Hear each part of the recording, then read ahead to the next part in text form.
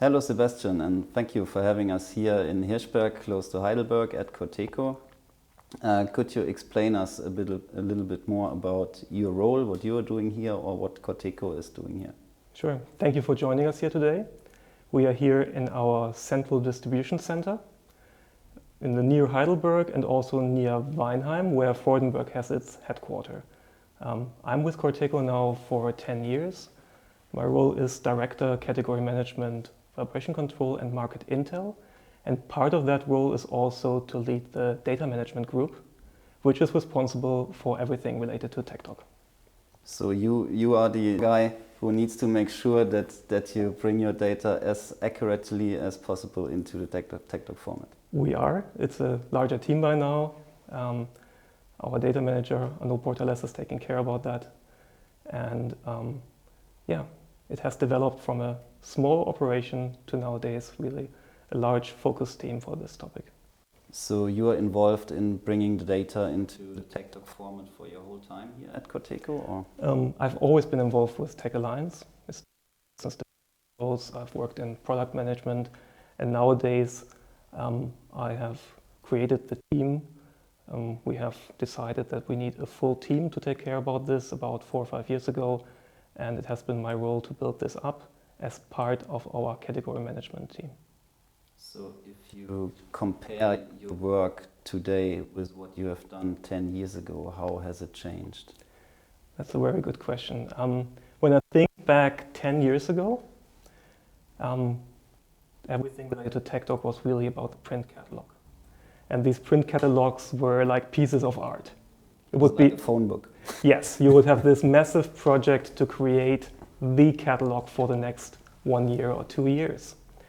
And of course, nowadays, everything has shifted to the digital side. And this comes with a lot of important changes. Because before, we wanted to be as individual as possible. We want to do things differently from the competition. And nowadays, we have to make sure that our customer can use our data as efficient as possible. So we have to standardize. We have to all come together to the same understanding. And I would say that's one of the biggest changes that we have observed here. So would you say that there was also a shift within the company regarding the importance of the data topic? So nowadays, yes, data is much more higher priority on a higher level than 10 years ago? Absolutely. And we can see this in many different forms. I would say first, traditionally, let's say 10 years ago, a lot of the data would be managed or created as part of the process in the different departments. So if you create a new product, you also take care about the data of this product.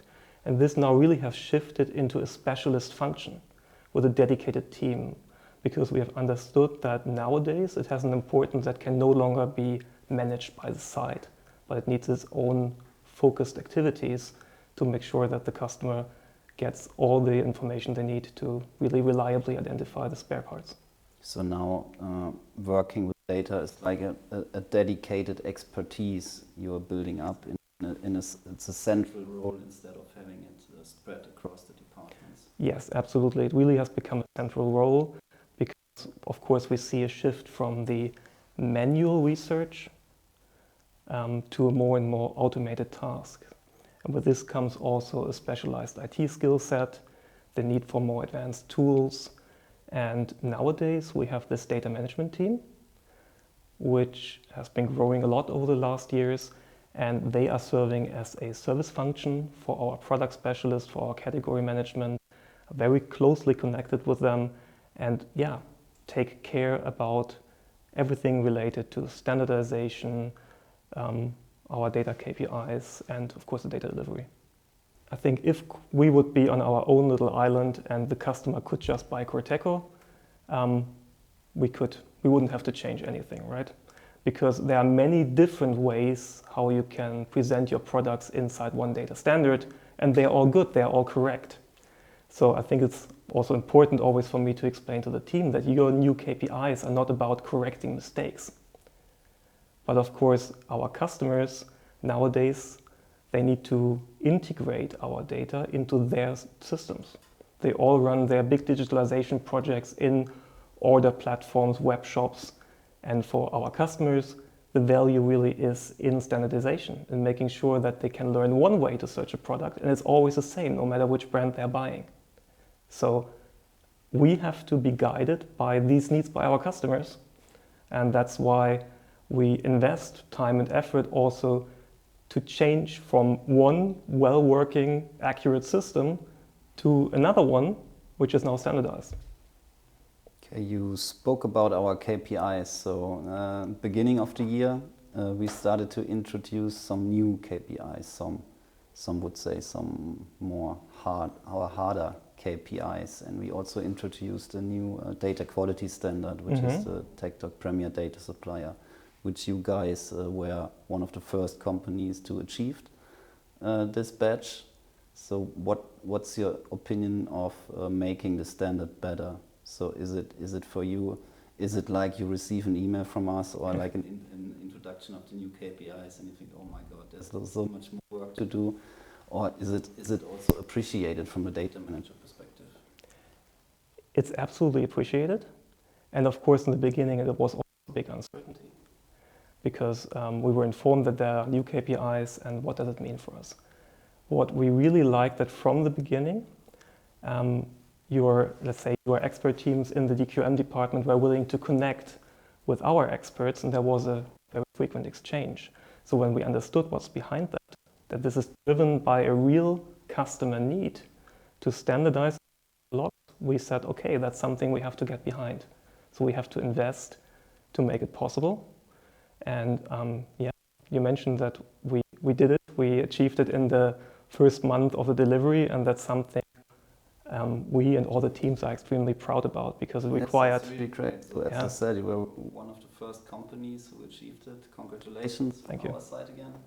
I guess it's really a big deal. Also, I mean, when you communicate it, people see there's another badge and okay, they're now the Premier Data Supplier, but there's a lot of work behind it. Absolutely, and it was really a team effort of many different departments.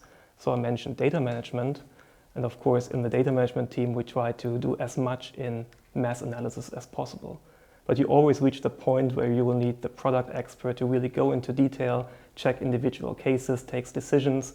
So it was a lot of different teams involved, our product specialists, the category management team, and the data management team. And yeah, it required some very dedicated project with a lot of effort throughout the year. But the great thing, of course, is you do that once. It's always, if you have to clean up your cellar or there's a new rule how to do things, it's one big effort. But afterwards, we really get the benefits of having clear standards. Yeah, it's like learning a new habit. So now you have these new KPIs, and if you achieve them once, it will be easier to achieve them in the future as well. Yeah, I guess. and we all have to invest as data suppliers. We all have to invest this time and effort for the sake of standardization for our customers, because this is one of these things where the more companies get behind, the higher the value is of your standardization. Yes, I agree, and I also think. Because we talked about it before, that also you guys, everyone in the TechDoc standard, they agree on this standard, but they are all, of course, competitors and very heavily competing in some areas. And so I guess also in the future, companies, of course, want to differentiate in their data and want to have better data than others. And that's also why we introduced this Premier Data Supply. Instead of just using the certified and making it a bit harder, to have like a higher standard, so people could show to their, or companies could show to their customers that we really offer the best data quality possible. Absolutely. And I mean, standardization doesn't mean that all the data in the end is the same from the content. Oh, no, far from it, I can tell you. Yeah. So for us, of course, one big priority always is to make sure we increase our vehicle links, that we have the most up-to-date OE numbers. I would even say this is always number one. That's why we have built up that team where we are investing in dedicated tools to optimize that, because that's, of course, the most tangible value for the customer. They can only install the product that they can find in the catalog. But then there's also the how easy is it for them to install it, to search it, how easy is it for them to integrate our data in their systems. And that's where, for us, these KPIs come in. We always had our internal guidelines of what is mandatory for which product group, and we were happy to basically amend them now with the new centrally aligned rules where everybody gets behind. And I guess for you at Corteco also internationalization plays an important role, so that you can make sure you prepare the data for TechDoc, and it's the same in Germany, Italy, same in Russia, same in Africa, same in China. Of course. Yeah, Corteco is present with locations in 12 countries, but of course we are selling all over the world. And this is a very important part for us, that we have one, let's take the European markets, that we have one catalog which is working the same in all the languages. And of course that's the big value that TechDoc brings to the market in a, I think, very unique setting. There are not a lot of industries that achieved that, to really align on one cataloging standard.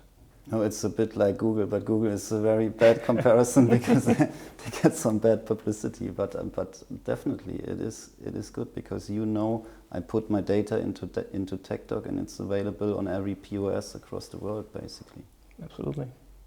Okay, now we talked a bit about the past, so where you guys are coming from. We talked about the new state of the art, which is Premier Data Supplier.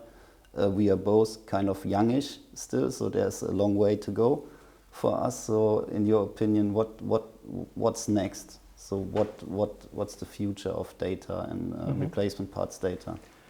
I think we have seen a little bit of a preview now during these COVID times, where the speed of digitalization projects has really picked up dramatically.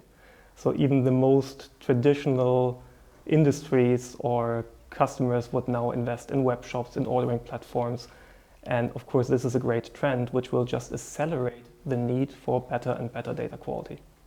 So I think that's definitely what we have to work towards. And at the same time, I would say, I mentioned manual research will go down. These topics will have to be more and more automated. Of course, also availability of information and the corresponding legislations in Europe will play a big role. And that for us, that we have to set up our teams to have the matching skill set. So we have to bring in young, talented people with the right IT background who can work with the growing mountain of data. And we have to manage this transition from manual to automatic in a systematic way over the next years. Yeah. How are you guys affected by trends like the electrification of the car park, and also cars sending data now themselves to the car manufacturers in the first place? Yeah.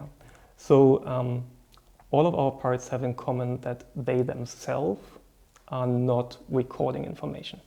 So we have sealing products, we have rubber to metal anti-vibration parts, we have the filtration, and but of course the information that is collected in the vehicle provides valuable insight on how a car park is behaving, what the miles driven are. So of course these are all strategic indicators that can be used along the process. That's great. So thank you for these insights at Corteco, and I guess you have also a great future with great data ahead of you.